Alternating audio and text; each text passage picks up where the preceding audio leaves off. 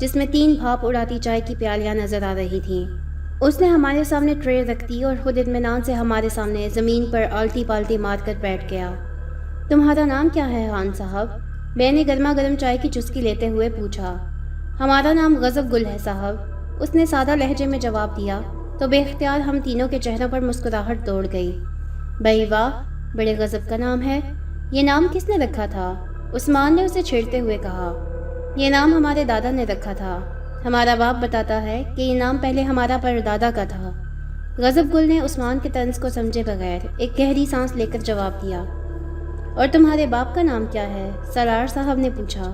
طلب گل، اس نے اسی طرح سادہ لہجے میں جواب دیا۔ اس طرح تو دادا کا نام ضرب گل ہونا چاہیے۔ سالار صاحب نے ہماری طرف جھک کر سرگوشی میں کہا تو ہماری ہنسی چھوٹ گئی۔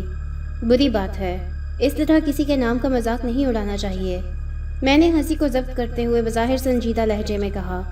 ہم لوگ اسی طرح گرم چائے کی چسکیاں لیتے رہے اور ہلکی پھلکی باتیں کرتے رہے۔ دفعتاً میں نے محسوس کیا کہ غضب گل کی آنکھوں میں سخت الجھن کے تاثرات موجود ہیں۔ وہ ہر تھوڑی دیر کے بعد سر اٹھا کر ہمیں یوں دیکھتا جیسے کچھ کہنا چاہتا ہو لیکن ہمت نہ کر پا رہا ہو۔ کیا بات ہے غضب گل، تم کچھ کہنا چاہتے ہو؟ میں نے غور سے اس کی طرف دیکھتے ہوئے پوچھا۔ صاحب کہنا تو چاہتا ہے لیکن آپ کہیں برا تو نہیں مانے گا، اس نے ہچکچاتے ہوئے کہا۔ جو کہنا ہے کھل کر کہو غضب گل، کیا بات ہے؟ میری بات سن کر وہ کچھ دیر سوچتا رہا، پھر اس نے کہا، صاحب کیا آپ لوگوں کو کسی نے اس طرف آنے سے منع نہیں کیا؟ اس نے کہا تو ہم تینوں چونک پڑے۔ نہیں، بلکہ ہم تو محکمہ سیاحت کی باقاعدہ اجازت سے یہاں آئے ہیں۔ کیا یہ کوئی ممنوعہ علاقہ ہے؟ اس بار عثمان نے جواب دیا۔ نہیں صاحب، یہ کوئی ممنوعہ علاقہ نہیں ہے، مگر جس راستے سے آپ جا رہے ہیں وہ ٹھیک نہیں ہے، غضب گل نے دبے دبے الفاظ میں کہا۔ مگر محکمہ سیاحت نے تو راستے کی کسی خرابی کی نشاندہی نہیں کی، سالار صاحب نے حیران ہو کر کہا۔ یہ خرابی ان کی عقل سے باہر ہے صاحب، اس نے گہری سانس لے کر کہا۔ ہم کو معلوم ہے کہ یہ راستہ وادی زرمان کو جاتا ہے اور یہاں سے جانے والوں کو یہ راستہ چھوٹا پڑتا ہے، دوسرا راستہ تھوڑا لمبا اور خراب ہے، اس لیے سرکار کا لوگ وہاں سے کسی کو نہیں بھیجتا، لیکن جب جان کا خطرہ ہو تو انسان کو تھوڑا تکلیف اٹھانا چاہیے۔ اس نے اسی طرح گھما پھرا کر بات کرتے ہوئے کہا۔ جان کا خطرہ؟ تو کیا یہاں کہیں ڈاکو ہیں یا پھر کہیں سے راستہ ٹوٹا ہوا ہے؟ میں نے چونک کر پوچھا۔ صاحب آپ بات کو سمجھو، اس نے جھنجھلا کر کہا۔ آپ کا گاڑی اس پہلے موڑ پر اس لیے رک گیا کیونکہ قدرت آپ کو خبردار کرنا چاہتا ہے۔ آپ سے پہلے بھی یہاں کئی لوگ گزرے جن کو قدرت نے کسی نہ کسی طریقے سے خبردار کیا، لیکن وہ بھی نہیں سمجھا، ان میں سے کسی کو واپس آنا نصیب نہیں ہوا۔ آپ ہمارا بات مانو اور یہاں سے واپس چلا جاؤ، بے شک دوسرا راستہ لے لو، آپ اچھا آدمی دکھتا ہے اس لیے ہم آپ کے بھلے کے لیے بولتا ہے، اس نے ملتجیانہ لہجے میں کہا۔ دیکھو غضب گل، جب تک ہمیں معلوم نہیں ہوگا کہ آگے خطرہ کیا ہے، ہم کس طرح تمہاری بات مان سکتے ہیں، میں نے اسے سمجھاتے ہوئے کہا۔ ٹھیک ہے صاحب، آپ ضد کرتا ہے تو سن لو، آگے ماننا نہ ماننا آپ کا مرضی ہے۔ اس نے ایک گہری سانس لے کر توقف کیا اور پھر کہنا شروع کیا۔ ان پہاڑوں کا تاریخ ہزاروں برس پرانا ہے۔ شروع میں جب یہاں آبادی کم تھی تو یہاں سادھو جوگی اور اللہ کے فقیر دنیا کے جھمیلوں سے بچنے کے لیے پہاڑ کا دامن اور غاروں میں ڈیرا جماتا تھا۔ ان لوگوں میں مسلمان لوگ بھی تھا، ہندو بھی اور بدھ مت کا لوگ بھی، لیکن ان کے ساتھ ساتھ ان میں کچھ شیطان کا ساتھی لوگ بھی تھا۔ یہ ویسے تو ٹھیک دکھائی دیتا تھا لیکن چوری چھپے شیطان کا عبادت کرتا تھا اور شیطان کے قدموں میں خون کا بھینٹ چڑھاتا تھا۔ اس کے لیے کبھی بستی سے کوئی لڑکی یا بچہ اغوا ہو جاتا یا جو نادان لوگ دعا کے واسطے ان کے پاس جاتا، یہ ان کو دھوکے سے اپنا قربان گاہ میں لے جا کر شیطان کے قدموں میں ذبح کر دیتا۔ چونکہ یہ پہاڑوں کا سلسلہ بہت وسیع ہے، اس لیے ایسے کچھ شیطان کے پجاری لوگوں کو ڈھونڈنا بہت مشکل تھا۔ ان میں سے ایک نے اس پہاڑ کے ایک اونچے غار میں اپنا ڈیرا جمایا ہوا تھا جہاں ابھی آپ اور ہم بیٹھے ہیں۔ یہ ہندو پجاری جس کا نام کالی داس تھا نہایت غلط اور مکار انسان تھا، کالی دیوی کا پجاری تھا اور اپنا کالی کو خوش کرنے اور اپنا جادو کا طاقت بڑھانے کے لیے کالی دیوی کے بت کے قدموں میں معصوم لڑکی اور چھوٹا بچہ کو قربان کرتا تھا۔ اس غلط کام کے لیے وہ آتے جاتے لوگوں کو دھوکے سے بھی شکار کرتا تھا اور اس کے علاوہ بھوت پریت اس کا مدد کرتا تھا۔ ایک روز آخر بستی کے لوگوں کو معلوم ہو گیا کہ یہ پیر فقیر کا آڑ میں کیا کر رہا ہے، اور پھر کچھ عرصے سے ہمارے بچے اور لڑکیاں کہاں غائب ہو رہے ہیں۔ بستی کا لوگ اس پنڈت کا جان کا دشمن ہو گیا، لیکن لوگ اس کا جادو کی طاقت سے خوف زدہ بھی تھا۔ پھر بستی کے ایک بوڑھے آدمی نے بتایا کہ مشرق کی سمت ایک دن کے فاصلے پر ایک بہت اللہ والا بابا رہتا ہے جو بہت نیک ہے اور ہر کسی کا مدد کرتا ہے۔ اگر وہ ہمارا مدد کو راضی ہو جائے تو ہم اس شیطان پنڈت کا مقابلہ کر سکتا ہے۔ بستی کا سردار یہ بات سن کر اپنے بھائی کے ہمراہ اس پہاڑ کی جانب چل پڑا۔ 2 دن کے بعد جب وہ واپس آیا تو ان کے ساتھ ایک بہت بوڑھا آدمی تھا جس کے بال اور داڑھی سفید ہو چکے تھے اور لاغر جسم تھا۔ اس کے ہاتھ میں ایک لمبی سی لاٹھی تھی۔ بستی کے سردار نے لوگوں کو بتایا کہ بابا ہماری مدد کو راضی ہو گیا ہے۔ یہ سن کر سب لوگ جوش میں آ گیا اور اس پنڈت سے مقابلے کے لیے لاٹھیاں اور کلہاڑے لے کر میدان میں آ گیا۔ اس بابا نے ان میں سے صرف 7 آدمی کو الگ کیا اور باقی کو واپس بھیج دیا۔ پھر اس نے ایک پیالے میں پانی منگوا کر اس پر کچھ پڑھ کر پھونکا اور بولا، سب ایک ایک گھونٹ پی لو۔ جب سب نے پانی پی لیا تو بچا ہوا پانی اس نے سب پر چھڑک دیا اور ان کو لے کر کالی داس کے غار کی طرف روانہ ہو گیا۔ کالی داس کا غار کے باہر پہنچ کر وہ بابا ایک پتھر پر بیٹھ گیا اور بولا کہ اس کافر پنڈت کو کھینچ کر باہر لے آؤ اور اس کا کسی جنتر منتر سے مت گھبرانا، ہم یہاں بیٹھ کر تمہارے لیے دعا کرتا ہے۔ یہ بول کر اس بابا نے انگلی سے اپنے گرد ایک دائرہ بنا لیا اور آنکھیں بند کر کے کچھ پڑھنے لگا۔ بستی کا لوگ غار میں گھس کر اس پنڈت کو گھسیٹ کر باہر لے آیا۔ پنڈت نے بہت زور مارا، بڑے منتر پڑھا، مگر اس دم کیے ہوئے پانی اور بابا کی دعا کی بدولت بستی والوں کو کچھ نہیں ہوا۔ پھر بابا نے آنکھیں کھول کر بولا، اس پنڈت کو اٹھا کر پہاڑ سے نیچے پھینک دو۔ بستی والوں نے اس کو کھائی میں پھینک دیا اور اس کا لاش ٹوٹ پھوٹ گیا۔ پھر بابا غار کے اندر گیا اور کالی کا بت کے سامنے بیٹھ کر بہت گھنٹوں تک کوئی وظیفہ پڑھتا رہا۔ پھر اس نے بستی کا لوگوں کو بولا کہ وہ پنڈت تو صرف درخت کا ٹہنی تھا، اصل جڑ تو یہ ہے۔ جب تک یہ یہاں رہے گا کوئی نہ کوئی پنڈت یا سادھو آ کر اس کے لیے وہی غلیظ کام جاری رکھے گا۔ ویسے اس بت کا اندر بھی شیطانی قوت ہے، لیکن ہم نے اس قوت کو ابھی باندھ دیا ہے۔ ابھی تم لوگ اس بت کو اٹھا کر باہر لے جاؤ اور اس کو بھی پہاڑی سے نیچے پھینک دو تاکہ یہ ریزہ ریزہ ہو جائے۔ بستی والوں نے اس شیطانی بت کو بھی اٹھا کر پہاڑ سے نیچے پھینک دیا اور بت کا ہزاروں ٹکڑا پہاڑوں میں بکھر گیا۔ جب بستی کا لوگ وہاں واپس پہنچا، سب لوگوں کو بتایا کہ اس ہندو پنڈت کو انہوں نے جہنم رسید کر دیا ہے، تو لوگوں نے ان کو اپنے کندھوں پر اٹھا لیا اور خوشی منایا۔ اس رات بستی میں جشن منایا گیا۔ لوگوں نے بابا کو بھی جشن میں شامل ہونے کا دعوت دیا، لیکن لوگوں کے بہت بولنے پر بھی بابا نہیں رکا اور اسی وقت واپس چلا گیا۔ یہ واقعہ اب سے تقریباً 300 برس پہلے پیش آیا تھا۔ اس کے بعد کافی عرصے تک سب کچھ ٹھیک رہا، لیکن 17ویں صدی کے آخر میں جب انگریز بر صغیر میں آئے تو انہوں نے یہاں قبضہ کرنے کے بعد جگہ جگہ تعمیراتی کام کروانے شروع کر دیے۔ اس پہاڑ کو بھی انہوں نے کاٹ کر یہاں سڑک بنانا شروع کر دیا۔ وہ پہاڑ کاٹتے جاتے تھے اور سڑک کو آگے بڑھاتے جاتے تھے۔ جب وہ سڑک بناتے ہوئے اس جگہ پہنچے جہاں اس پنڈت اور کالی کے بت کو پھینکا گیا تھا، تو ایک کے بعد ایک پراسرار حالات سامنے آنا شروع ہو گئے۔ اس زمانے میں تعمیراتی کام کے دوران مزدوروں کا کسی حادثے کے باعث مر جانا ایک عام بات تھی، کیونکہ اس وقت آج جیسا سہولت موجود نہیں تھا۔ لیکن جب آئے دن حادثے ہونے لگے اور کام رتی برابر بھی آگے نہیں بڑھ سکا، تو لوگوں نے باتیں کرنا شروع کر دیا، چونکہ ان پتھروں میں پنڈت کا خون اور کالی کے بت کے ٹکڑے موجود ہیں، اس لیے لوگوں پر یہ آفات آ رہی ہیں۔ انگریز ٹھیکیدار ان باتوں پر یقین نہیں کرتے تھے، لیکن جب ان کے 2 ٹھیکیداروں کو موت پراسرار انداز میں ہوئی تو پھر انہوں نے ایک ہندو ٹھیکیدار کے پاس یہ کام کیا۔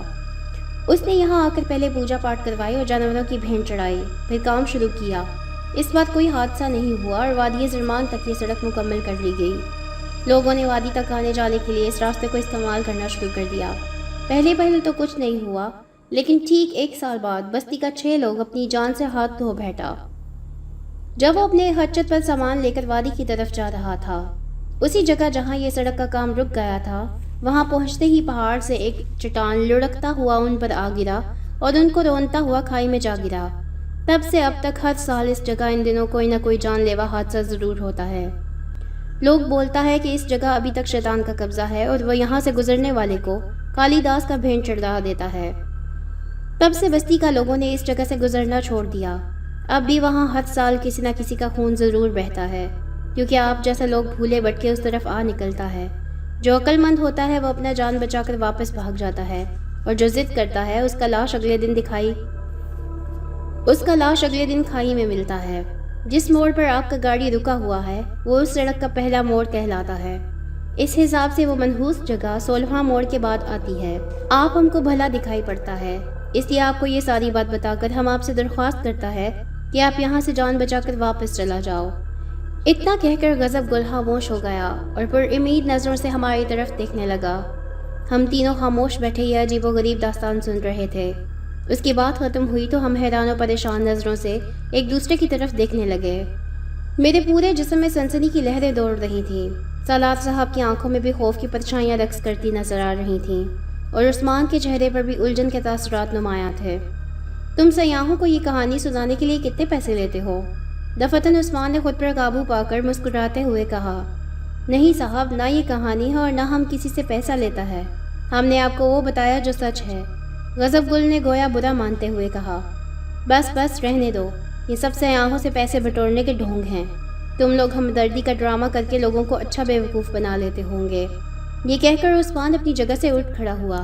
اب تم لوگ یہیں بیٹھے رہو گے یا واپس بھی چلنے کا ارادہ ہے؟ عثمان نے ہماری طرف رخ کر کے کہا۔ میں نے اور سالار صاحب نے ہچکچاہٹ آمیز انداز میں ایک دوسرے کو دیکھا۔ غضب گل کی باتوں کا درست ہونا یا نہ ہونا ایک الگ بات تھی، لیکن اس طرح اس کے ساتھ ذلت آمیز سلوک کر کے جانا مناسب بات نہیں تھی۔ ٹھیک ہے، اگر تم لوگ نہیں آنا چاہتے ہو تو یہیں بیٹھو، میں واپس جا رہا ہوں۔ ہمیں تعامل کرتا دیکھ کر عثمان نے غصے سے کہا اور واپس مڑ کر تیز تیز قدم اٹھاتا اس طرف بڑھ گیا جہاں سے ہم لوگ آئے تھے۔ معاف کرنا غضب گل، ہمارا ساتھی اس طرح کی باتوں پر یقین نہیں رکھتا، اس لیے نہ جانے کیا کچھ کہہ دیا، اس کی طرف سے میں معافی مانگتا ہوں۔ سالار صاحب نے معذرت آمیز لہجے میں کہا۔ کوئی بات نہیں صاحب، آپ کو خبردار کرنا ہمارا فرض تھا، آگے آپ کا مرضی، غضب گل نے بجھے ہوئے لہجے میں کہا اور ہم اس سے مصافحہ کر کے واپس پلٹ آئے۔ آپ کا کیا خیال ہے سالار صاحب؟ غضب گل کی باتوں میں کس حد تک صداقت ہے؟ میں نے چلتے چلتے سالار صاحب سے سوال کیا۔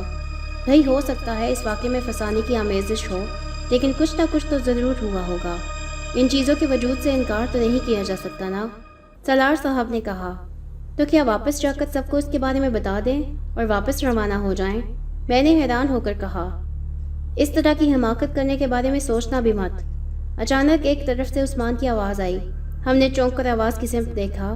عثمان ایک درخت کے تنے سے ٹیک لگائے کھڑا تھا۔ تمہیں کیا لگا کہ میں تم لوگوں کو یہاں چھوڑ کر اکیلا واپس چلا جاؤں گا؟ اس نے ہماری طرف بڑھتے ہوئے کہا۔ ہمیں تو یہی لگ رہا تھا کہ تم نے یہ کیا بات کی کہ اس طرح کی حماقت مت کرنا؟ سالار صاحب نے حیرت سے کہا۔ اول تو اس طرح کی باتوں پر یقین کرنا سراسر بے وقوفی ہے، اور باقی لوگوں کو یہ کہانی سنانے سے صرف خوف و ہراس ہی پھیلے گا، اور سب سے اہم بات یہ ہے کہ واپس جا کر پروڈیوسر صاحب کو کیا رپورٹ دیں گے؟ یہی کہ راستے میں بھوت پریت کا ڈیرا تھا اس لیے واپس آ گئے۔ پروڈیوسر صاحب نے تمام عملے کو لات مار کر نوکری سے نکال دینا ہے، اس لیے میری تجویز یہ ہے کہ کسی کو کچھ بتانے کی ضرورت نہیں ہے۔ مطلع کافی حد تک صاف ہو چکا ہے، ہم شام تک آرام سے اپنی منزل تک پہنچ جائیں گے۔ عثمان نے کہا تو ہم دونوں سوچ میں پڑ گئے۔ عثمان کی یہ بات تو درست تھی کہ پروڈیوسر صاحب نے ان باتوں پر یقین نہیں کرنا، اور اس دور دراز علاقے میں دستاویزی فلم بنانے کے لیے جو اخراجات انہوں نے برداشت کیے تھے ان کا لا حاصل جانا پروڈیوسر صاحب کو سخت ناگوار گزر سکتا تھا۔ لیکن نہ جانے کیوں میرا دل بار بار کہہ رہا تھا کہ غضب گل کی باتوں میں کہیں نہ کہیں صداقت ضرور موجود ہے۔ یہی بات میں نے سالار صاحب سے کہی تو انہوں نے ٹھنڈی سانس بھر کر کہا۔ لگتا تو مجھے بھی یہی ہے، لیکن مسئلہ یہ ہے کہ عثمان کی بات میں بھی وزن ہے۔ ہم دو آدمی اپنے دل کی بات مان کر باقی سب کی ملازمت داؤ پر نہیں لگا سکتے، اور اگر واقعی کوئی ایسی بات ہوئی تو ملازمت کی بجائے جان ہی داؤ پر لگ جائے گی۔ میں نے چڑھ کر کہا۔ اس لیے کہ ہمیں اللہ پر بھروسہ کرنا ہوگا، کچھ حفاظتی تدابیر تو میں بھی کر سکتا ہوں، باقی اللہ حفاظت کرنے والا ہے۔ سالار صاحب نے سنجیدہ لہجے میں کہا۔ کیا مطلب؟ کیا آپ تعویذ گنڈے بھی کرتے ہیں؟ عثمان نے چونک کر کہا۔ بری بات عثمان میاں، تعویذ گنڈے کی بات نہیں، میں نے اللہ کے نام کا ذکر کیا ہے، اور اس حفاظتی تدبیر کی طاقت ہر مسلمان کے پاس موجود رہتی ہے، سالار صاحب نے سرزنش کرنے والے انداز میں کہا۔ بہرطور کچھ دیر کی بحث کے بعد یہ بات طے ہو گئی کہ ہم واپس جا کر اس بارے میں کسی کو کچھ نہیں بتائیں گے اور خاموشی سے سفر جاری رکھیں گے۔ البتہ میں، عثمان اور سالار صاحب نے خاموشی سے پورے راستے اللہ کا ذکر جاری رکھا۔ جب ہم واپس پہنچے تو دھند کافی حد تک کم ہو چکی تھی۔ ڈرائیور کریم بخش نے اعلان کر دیا کہ ہم 15 منٹ میں دوبارہ سفر شروع کر دیں گے۔ اس دوران سالار صاحب ایک طرف بیٹھ کر کچھ پڑھتے رہے، پھر انہوں نے بظاہر ٹہلنے کے انداز میں وین کے گرد 3 چکر لگائے۔ اس کے بعد انہوں نے اپنے تھرماس میں سے ایک مگ میں پانی نکالا اور اس پر کچھ پڑھ کر پھونکا۔ اس کے بعد وین کے دوسرے لوگوں کو نظر بچا کر وین کے چاروں ٹائروں پر انہوں نے تھوڑا تھوڑا پانی چھڑک دیا۔ انداز ایسا ہی تھا جیسے مگ میں ذرا گر گیا ہو اور وہ ہاتھ سے اسے نکال کر چھٹک رہے ہوں۔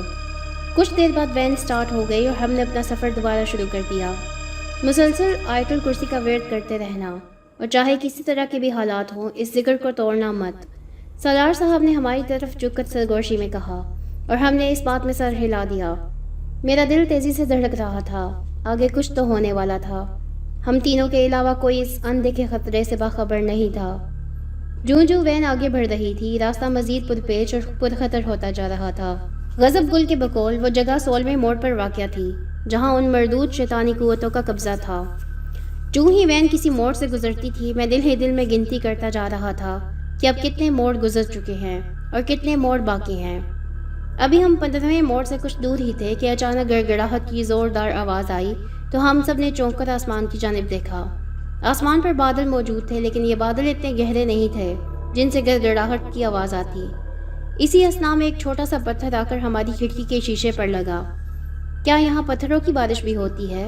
اینی کی حیرت اور خوف میں ڈوبی ہوئی آواز آئی۔ میرے خیال سے کہیں لینڈ سلائیڈنگ ہو رہی ہے، کریم بخش نے خیال ظاہر کیا۔ ہم تینوں نے ایک دوسرے کو کنکھیوں سے دیکھا، شاید گڑبڑ کا آغاز ہو گیا تھا۔ میں نے اپنی پوری توجہ آیت الکرسی پڑھنے پر مرکوز کر دی۔ عثمان اور سالار صاحب کی حالت بھی شاید مجھ سے مختلف نہیں تھی۔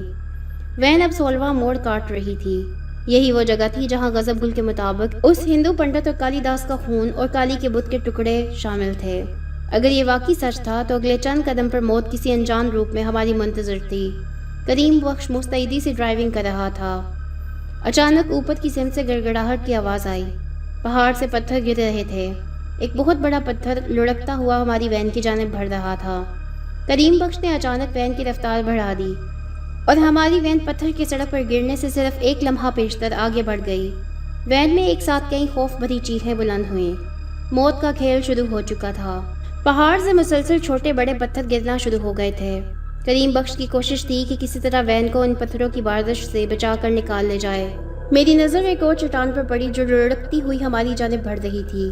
کریم بخش نے ایک بار پھر رفتار بڑھا کر اس مصیبت کی زد سے نکل جانا چاہا، لیکن صرف ایک ثانیہ قبل اسے احساس ہو گیا کہ وین کی رفتار بڑھا کر وہ اس چٹان کی زد سے نہیں نکل سکتا۔ یہ اندازہ ہوتے ہی اس نے یکلخت پوری قوت سے بریک لگا دیے۔ وین کے ٹائر چرچرائے اور ایک جھٹکے سے وین رک گئی۔ میں نے بڑی مشکل سے اپنا سر اگلی سیٹ سے ٹکرانے سے روکا۔ وین میں موجود خواتین نے رونا شروع کر دیا تھا۔ مردوں کے چہروں پر ہوائیاں اڑ رہی تھیں۔ جیسے ہی وین رکی، ایک دیو ہیکل چٹان وین کے سامنے آ گری۔ میں، عثمان اور سالار صاحب مسلسل آیت الکرسی کا ورد کرنے میں مصروف تھے۔ غضب گل کی بات سچ ثابت ہو رہی تھی۔ وین کے رکتے ہی سب دروازے کی طرف لپکے۔ دروازہ کھلتے ہی اینی نے پاؤں باہر نکالا، لیکن پھر فوراً ہی گھبرا کر واپس اندر کر لیا اور دروازہ بند کر دیا۔ مجھے اس کی وجہ بھی فوراً سمجھ میں آ گئی، کیونکہ میں دروازے کی سمت والی کھڑکی کے ساتھ بیٹھا تھا۔ دراصل سڑک اتنی تنگ تھی کہ وین بمشکل سڑک کے کنارے کھڑی تھی اور دروازے کے نیچے پیر رکھنے کے لیے زمین نہیں تھی، بس سینکڑوں فٹ گہری کھائی نظر آ رہی تھی۔ اب ہمارے فرار کے تمام راستے مسدود ہو چکے تھے۔ دروازے کے باہر پیر رکھنے کی جگہ نہیں تھی اور آگے پیچھے دونوں طرف بڑے بڑے پتھر اور چٹانوں نے راستہ بند کر دیا تھا۔ اس سے پہلے کہ کوئی کچھ کہتا، پہاڑ سے یکے بعد دیگرے کئی بڑے پتھر اور چٹانیں لڑکتی ہوئی ہماری وین کی جانب بڑھی۔ ان چٹانوں کا ہماری وین سے ٹکراؤ ناگزیر تھا اور اس کا نتیجہ ہم سب اچھی طرح جانتے تھے، لیکن اسی وقت ایک عجیب بات رونما ہوئی۔ پہاڑ سے گرنے والے پتھر اور چٹانیں وین سے صرف چند انچ کے فاصلے پر آ کر اس طرح رک گئیں جیسے کسی نے بزور طاقت انہیں روک دیا ہو یا کوئی غیر مرئی دیوار ان کے سامنے آ گئی ہو۔ اس کے ساتھ ہی ایک اور بڑی چٹان پہاڑ سے لڑکتی ہوئی آئی اور ہماری وین کے سامنے موجود چٹان سے ٹکرائی۔